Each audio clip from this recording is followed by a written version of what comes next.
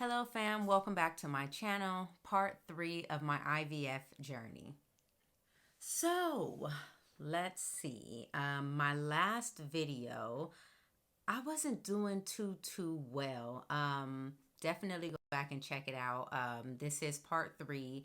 So part 1 is prior to the egg retrieval. Part 2 is after the egg retrieval and the complications that I experienced. And this is part 3 where we got our retrieval count, how many were mature, how many were fertilized, how many made it to blastocyst, and how many have passed the genetic testing and are currently frozen. Part 2 video, as I've already mentioned, wasn't feeling too well, and I'm still kind of having some lingering symptoms. So the past couple of days, at least about 2 or 3 days, I had been feeling like sharp pains in my legs and in my arms. Occasionally my shoulders, and it kind of feels like an electric shock or pins and needles, and it's like a constant feeling.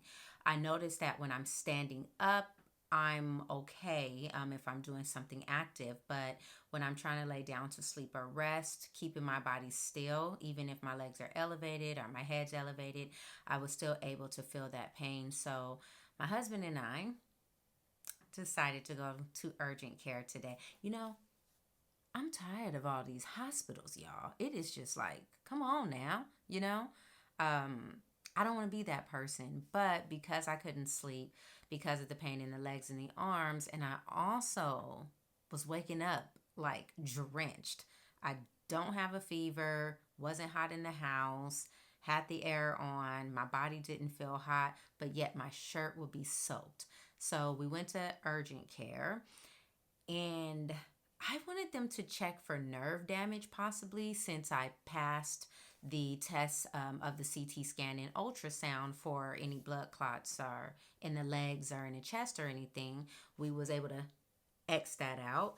But I wanted him to check for any nerve damage. So y'all, I go to urgent care, and they charged your girl. Cha-ching, cha-ching. I go to urgent care, and this is what the doctor does. So this man puts his 2 fingers out, and he's like, pull my fingers. So I'm like, okay. And then he's like, push me back. And I'm like, okay. And then he puts his hand on my head and pushes my head down. He's like, do you feel any pressure? I'm like, besides your hand on my head, sir, no. So then he was like, look to the right, look to the left. And then the man told me, y'all, to put some uncooked rice in a pillowcase and stick it under my neck. He didn't even tell me why. I said, under my neck, sir?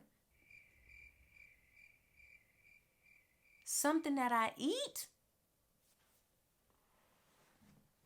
Let's just say that was the quickest dollar that man made. I'm in the wrong field. But he did say that, and I think that I will try it tonight. I feel like a fool trying it just because I didn't know, and I'm going to look up my research, but hopefully that helps with everything that I've been feeling. I do know that if your electronics is out of whack, you put it in some rice. So since I'm feeling some electric shock, hey, baby girl gonna be swimming in that uncooked rice, because I'm hoping to feel a lot better. So now let's get into the count. This is what everyone is asking me about. This is what everyone wants. This is what we put our bodies through to hear these numbers. So your girl is fertile Myrtle, like Steve Urkel's cousin. I had 51 eggs retrieved. Maybe that explains the OHSS and the extra liquid that is in my ovaries, etc., etc.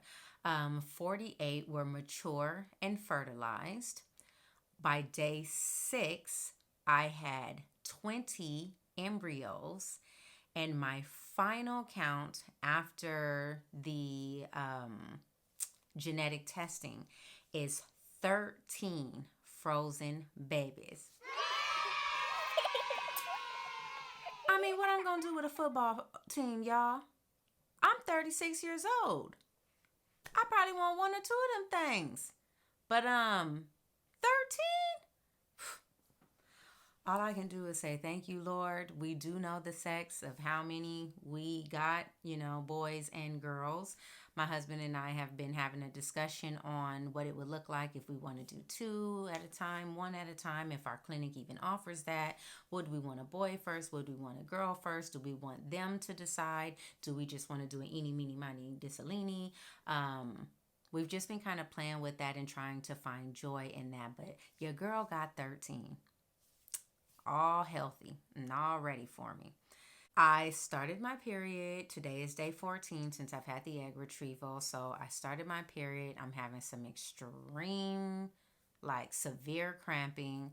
I'm out of work at least for the next 5-6 days just to get myself back together and get my breath back and, kind of exercise and work on myself. And my husband and I will be going in to see our doctor to discuss next steps. So that is going to be part 2 to the part 3 video. I want to take you all on that journey with us and see when we're going to do our embryo transfer. So TBC, to be continued.